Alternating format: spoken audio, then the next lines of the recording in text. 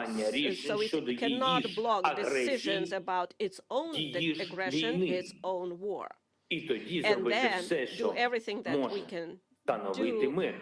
to Або establish покажіть, peace. Or Як the other можна option is, please переформатуватись show how we can і працювати реально reform or заради change, миру.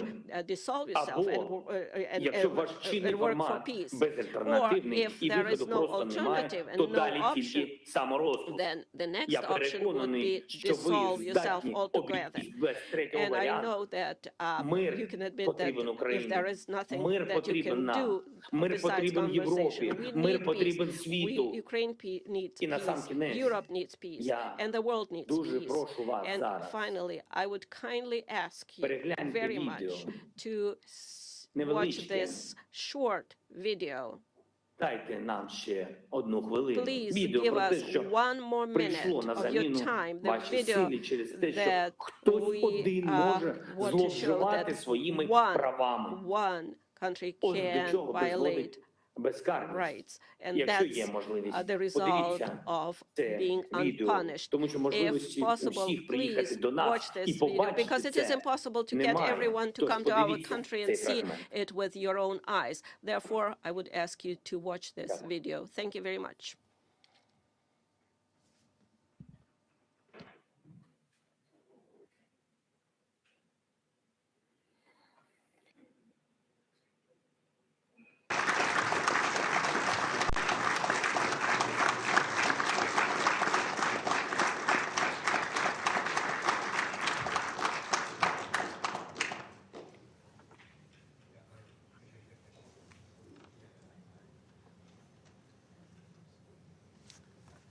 The video.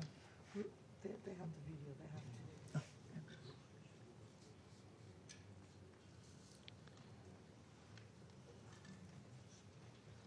I'm not sure. The video, is it just coming?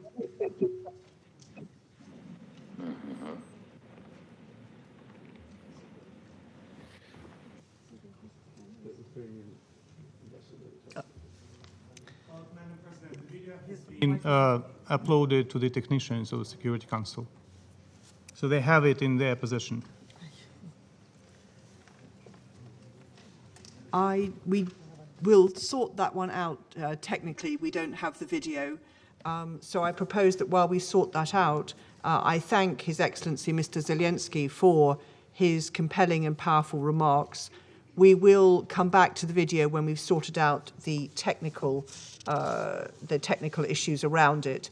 And may I say, speaking in my national capacity, may I express appreciation to the President for his leadership in wartime and for the extraordinary fortitude and bravery of the Ukrainian people under this unprovoked and illegal invasion. I resume my function as the President of the Security Council, and while we sort out the technical video, I propose to give the floor to those Council members who wish to make statements. And I now give the floor to the representative of the United States. Thank you, Madam President. Let me also start by thanking UAE and Ambassador Nisibeh for her successful presidency during the month of March. Madam President, as you begin your Security Council presidency, I want to thank the United Kingdom for your leadership and for organizing this vital discussion on Ukraine today. I also want to thank the Secretary General for his remarks and the other briefers. And I'd like to extend a warm welcome to President Zelensky. I was so moved by the address he made recently to our Congress, and we are truly honored by his presence here under the circumstances that he and Ukraine face today. Madam President, last night I returned from a trip to Moldova and Romania. I saw with my own eyes the refugee crisis caused by Russia's unconscionable war. I spoke to refugees who indicated to me their desires to return to their home. And we've all seen the images on TV of the bombed out buildings. But what we have not seen is that behind those destroyed buildings are destroyed lives and destroyed families.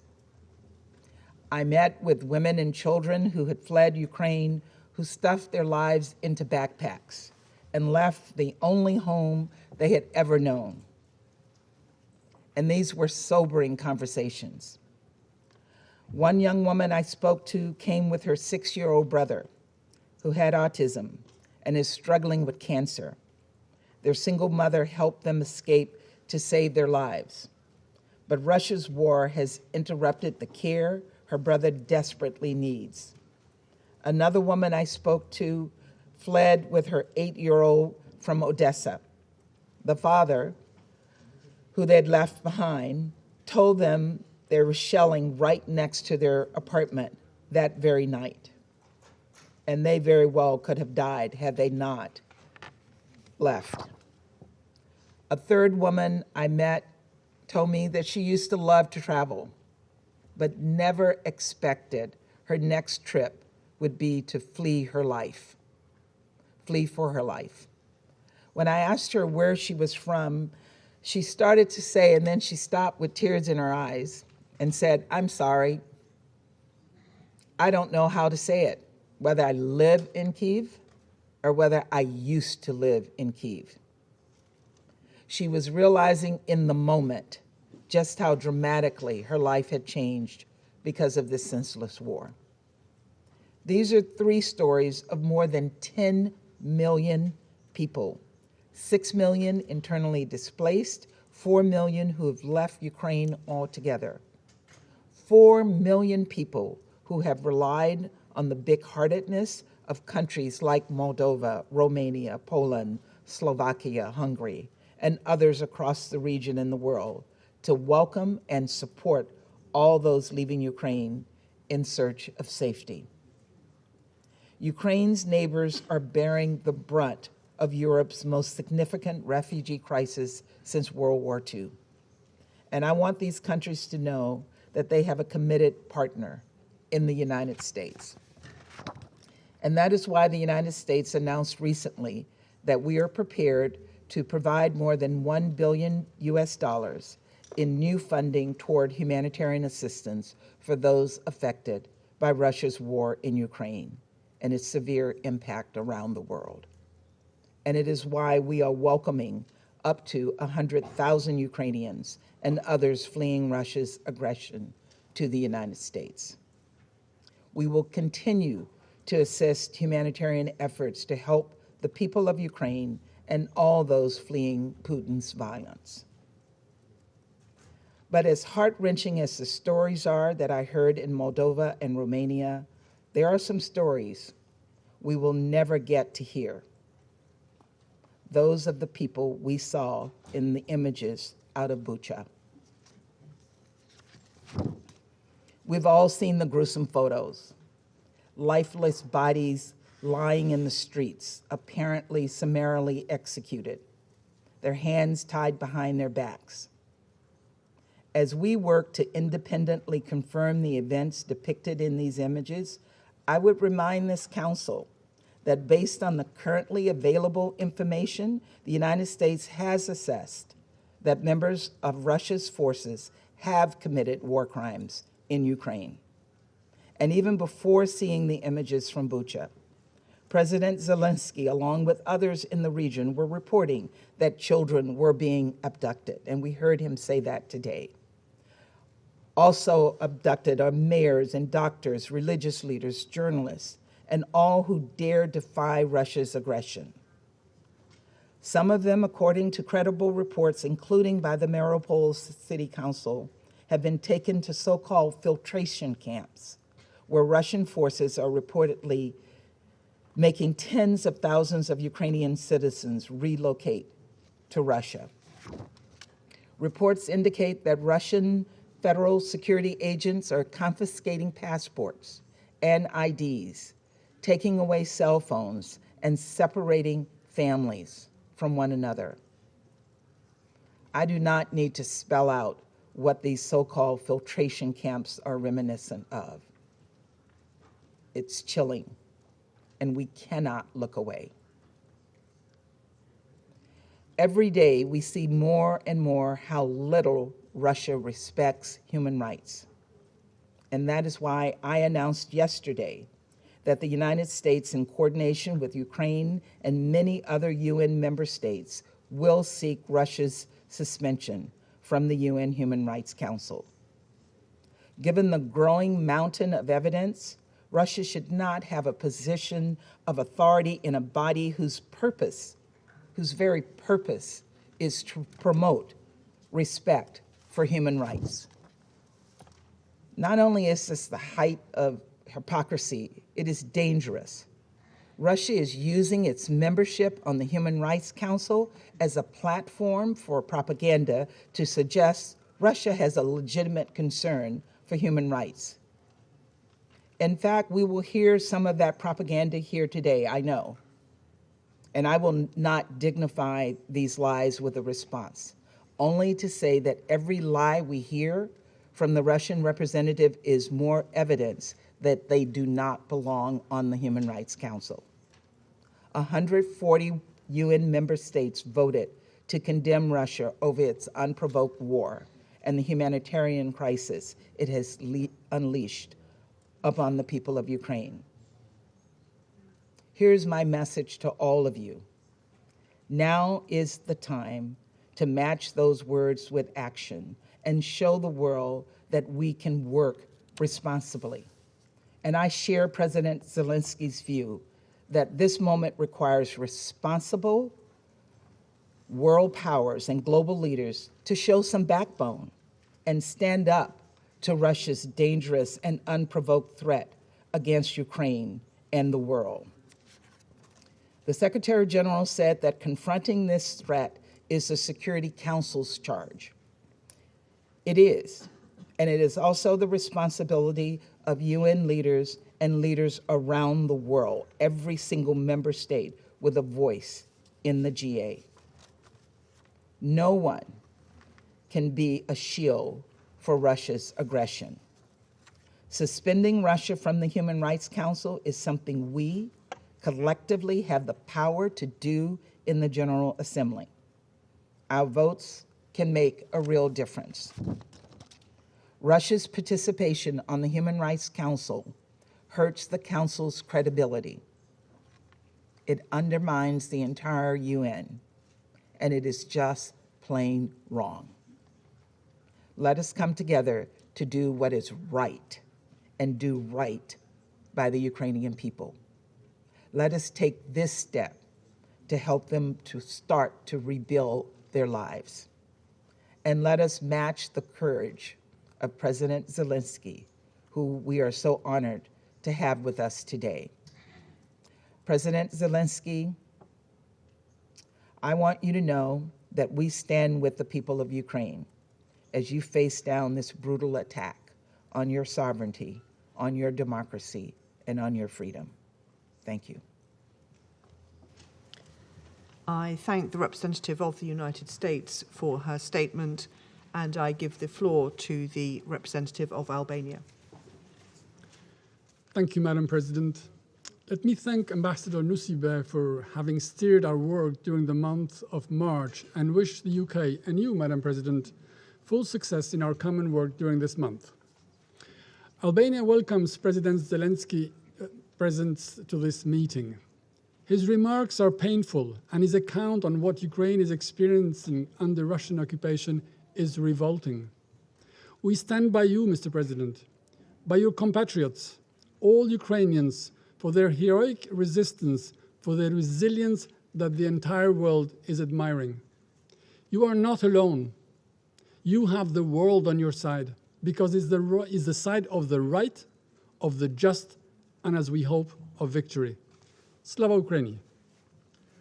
Madam President, let me thank SG Guterres for his, again, very clear and powerful remarks.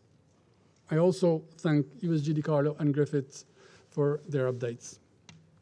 This is the 14th meeting of the Security Council on Ukraine since the 31st of January, while the war of aggression has entered the second month.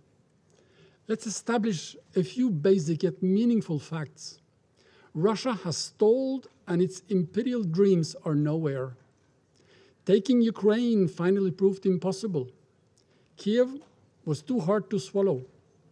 Russian army is in disarray, but it has not stopped shelling and bombardments. But all this is not new, and all this is not news. The real news that has horrified the world is what Russia is leaving behind. The unspeakable horrors, those soul-crushing images in areas from which Russia is withdrawing. Images of civilians executed with a bullet in the neck, sometimes with their hands tied behind their backs or shot dead in their bicycles. Images of mass graves overflowing with corpses.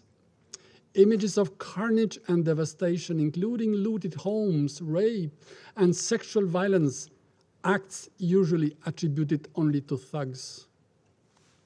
They spring from the same cruel impulses as the bombardment of cities, homes, hospitals, schools, and kindergartens by the Russian forces. Bucha is an open-air graveyard, the notorious facelift of the Russian aggression. Madam President, we have heard time and again, it is not Russia. Yes, but no. It will be hard, actually impossible, to convince anyone that the destroyed tanks that clutter the roads, the mines and booby traps left behind amidst the wreckage, and the bodies of civilians killed by arbitrary executions and laying in the streets amidst debris are staged scenes for propaganda. Who would believe that Russia aggressed Ukraine simply to protect civilians, while Ukraine is busy staging horror movies? You may muzzle media back home, but you cannot fool satellite images. You cannot blind independent reporters and human rights NGOs on the ground. Waiting for Russia to accept and tell the truth is waiting for Godot to arrive, and he never does. These are facts, hard and sickening proof of the atrocities committed, the ugly face of this madness. Such crimes, as documented by Human Rights Watch and verified by independent and respected professional reporters, those who are banned for the Russians call for answers, call for thorough investigation, for effective accountability, for justice. Prime Minister Rama called these crimes a terrible pain and a horrible shame. Russia has an international obligation to abide by international humanitarian law, the laws of war, including the Geneva Conventions of 1949 and its first additional protocol. Russia has an obligation to abide by the order of ICJ to immediately hold its military activity in Ukraine. But unfortunately, Russia has made another choice, not to respect any of it, and has cancelled itself from international law. But the law will pursue it. Russian army and its commanders cannot escape accountability. The name of the butcher of Mariupol, a criminal that has reduced an entire city to ashes and has made its citizens go from 3 meals a day to barely 3 meals a week, is engraved in the ruins of the city. This is why we will support the call to suspend Russia's participation in the Human Rights Council. The UNGA resolution that created the Council stipulates that, and I quote, members of the Council will respect the highest standards in the promotion and protection of human rights. As we see, Russia's standards are nose-eating, and its presence there is a farce, a desecration of the place that is called to be the sanctuary of rights. Dear colleagues, Russia has announced that it will now shift its focus on eastern Ukraine. This means that it will concentrate its brutality there in what may end up becoming a war of attrition. Russia has blocked the renewal of the OSCE International Observer Mission in Ukraine. This denies the international community the independent eyes it needs there. This anticipates, sadly, more war, further atrocities, other crimes, even more humanitarian disasters. This war continues to particularly affect women and children. Millions have been displaced, many of them alone, in search of safety and security. It is heartbreaking to see mothers write names and addresses in the back of their children so that they are recognized in case they end up being orphans. We welcome the efforts of OCHA and its partners to deliver assistance in support of the people in Ukraine and the millions of refugees in neighboring countries. Madam President, let me end with this note. Rarely has the outcome of a war been so disastrously the complete opposite of what it wanted to achieve. Russia's army has been defeated by the outgunned and outnumbered Ukrainian resistance. Russia is isolated like never in its history. It has become the world's most sanctioned country in history. No country has ever seen itself transform in a matter of only 10 days from a global player into a financial and international pariah, to the point that it is obliged to find comfort in the support from North Korea and Syria. Dear colleagues, this aggression and its startling defeat have once and for all separated the fates of Ukrainians and Russians, because the case of Ukraine is also the cause of democracy against tyranny and kleptocracy. It is a fight between the will of the people against the vicious will of one, whose reckless actions have challenged everything we stand for, and who is directly responsible for the economic disruption and food insecurity which is affecting the entire world. He may choose to stop, withdraw troops, and quit Ukraine, or continue to descend in the very abyss he has created and face the consequences. I thank you. I thank the representative of Albania for his statement. I understand that we now have solved the technical problems, so I suggest we return to the video. Thank you.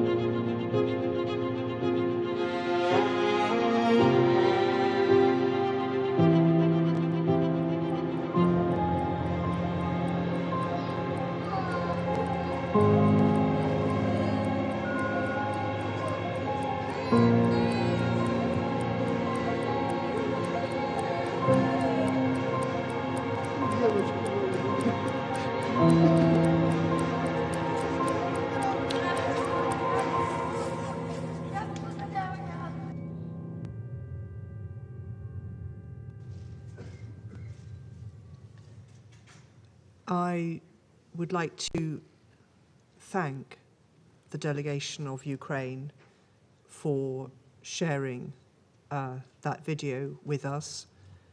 The images are harrowing. Speaking in my national capacity, we are appalled by what we have seen and reiterate our solidarity with Ukraine. I resume my function as the Council President, and I now give the floor to the representative of Gabon. Je voudrais d'abord exprimer mon appréciation à l'ambassadeur des Émirats arabes unis pour sa présidence remarquable. Je remercie le secrétaire général, Monsieur Antonio Guterres, la secrétaire générale adjointe, Madame Rosemary DiCarlo, ainsi que Monsieur Martin Griffith pour leurs exposés respectifs. Je salue la participation à cette réunion du président Zelensky. Madame la Présidente, nous continuons d'assister impuissants à la guerre en Ukraine. Pendant que se déroule le décompte macabre des morts et des personnes déplacées, et que les combats se poursuivent au même rythme que la courbe des statistiques, les pertes en hommes et en infrastructures civiles ne cessent de s'accroître. Un jour de guerre est décidément un jour de trop. Alors que le conflit est dans sa 6e semaine, enters its sixth week, the number of displaced persons is now surpassing the 10 million mark, almost 4 million of which have sought refuge in neighboring countries. This is a frightening humanitarian catastrophe, the repercussions of which are sure to worsen as a result of the risks of food insecurity due to the unpredictability of harvests, which will in turn have trans-regional knock-on effects. I'd like to welcome the Secretary General's establishment of a working group task force on food security, energy and finance to reduce the impact of the war. Madam President, allegations concerning notamment sexuelles, violence, contre les femmes, especially sexual violence against women, de très grande are cause for grave, very grave concern. My country is very concerned as well at attacks against infrastructure and humanitarian personnel. Les travailleurs humanitaires qui s'activent sur les lieux de combat humanitarian workers working in theaters of conflict should never be the target of armed attacks. They are very often the link between victims of war and what remains of humanity when the rug has been pulled from under their feet. Humanitarian workers should be able to funnel humanitarian assistance to wherever it is needed without obstacles and in conditions of security guaranteed by all parties. Des convois it should be possible to form secure evacuation convoys to allow for the smooth evacuation of persons wishing to leave combat zones. This is a vital form of assistance to the almost 18 million people in need of humanitarian assistance in Ukraine. The situation in Mariupol, to mention just this town, is becoming plainly untenable.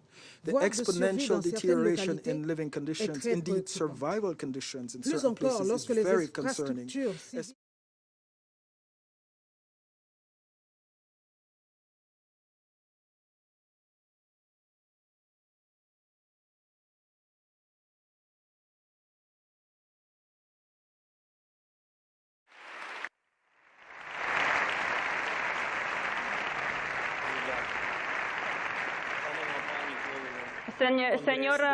Señora Presidenta del Congreso de Diputados, estimado señor народи Іспанії. Насамперед, перш за все, я прошу вибачення за цю невеличку затримку. Щойно я виступав перед Радою безпеки ООН, але це абсолютно не означає неповаги для вас. Ця затримка – це технічний момент. Дякую за цю можливість, великою повагою від усього українського народу до вас. Я звертаюсь до вас з надією, що саме ви зрозумієте найбільше наш біль від війни і нашу надію на мир. Тому що для нас в Україні зараз під загрозою абсолютно все, що і для вас є основою суспільного життя. Ви одна з найбільших країн Європи, одна з найбільш строкатих, але об'єднаних демократією і повагою до кожної людини, до кожної спільноти. Я хочу навести вам as soon as possible to shed light on the victims and the circumstances surrounding these atrocities. In the interim, it is vital that this Council not lose sight of its role, which is to work towards restoring peace and security by offering an alternative to war. The return to peace in Ukraine will not be achieved through mudslinging. Madam President, this war has lasted long enough and its effects are already being felt beyond Ukraine's borders. From our perspective, the equation is posed in terms of a decision on establishing a ceasefire and on creating the conditions for safe and unfettered provision of humanitarian assistance needed by populations in distress. I wish to reiterate Gabon's appreciation to neighboring countries that continue to mobilize to urgently welcome refugees. We encourage them to extend the same welcome to all persons in distress without distinction as to origin or race, including African nationals and students. We request them to ensure respect for their dignity, and we call for fair treatment of all persons in distress. It is urgent that the parties commit resolutely to negotiation to bring an end to the hostilities. We call to a de-escalation and a halt to the combat. There is no other way. My country is closely following current negotiations between the parties, especially in Istanbul, and we hope that they will soon lead to a ceasefire so as to create a climate of confidence and to establish the climate of calm needed for diplomacy to make its voice heard and for the guns to be silenced. Thank you. I thank the representative of Gabon for her statement, and I now give the floor to the representative of the Russian Federation. Благодарю вас, госпожа председатель. Thank you, Madam Хотели бы President. прежде всего выразить признательность и I'd like to, благодарность first of all, делегации Объединенных Арабских Эмиратов за Gratitude to the председательство. delegation of the United Arab в Emirates марте. for their presidency in the Благодарим month of генерального March. секретаря We're also ООН grateful to the Розмари Secretary Ди General, to Карло, Rosemary Мартина DiCarlo and Martin Гриффина. Griffith for their Выслушали briefings. президента We Украины also Володимира listened to the Зеленского. President of Ukraine, Volodymyr Zelensky. Хотим поблагодарить Мартина We'd like to Гриффиса за thank его Martin визит в for his Москву, в visit to ходе Moscow, которого, насколько мы можем during судить, which, as far as we can у него judge, состоялись полезные he had встречи. some useful meetings and Ему discussions. лучше, чем кому-то ни было известно, Better than anyone какие else, he усилия should Россия know каждый the день efforts прилагает that Russia is для undertaking every организации single day гуманитарных to коридоров. organize humanitarian Однако corridors. свои обязательства даже в However, рамках the достигнутых с arrangements помощью reached международных with the help of посредников international целенаправленно mediators выполняет именно is украинская consistently сторона. not being implemented by the Ukrainian side. Я не буду вас I'm перегружать not цифрами. going to Подобные overload you сводки with ежедневно figures. You can публикует наше such Министерство обороны. communiques are published every single day by our Отмечу, Ministry of что Defense. I только simply из would like to Мариуполя say в that just восточном out of направлении, Mariupol toward the без east, какого-либо участия without украинской any стороны, participation by the нам Ukrainian удалось уже side, we have спасти managed to save 123,5 тысяч человек. 123,500 people.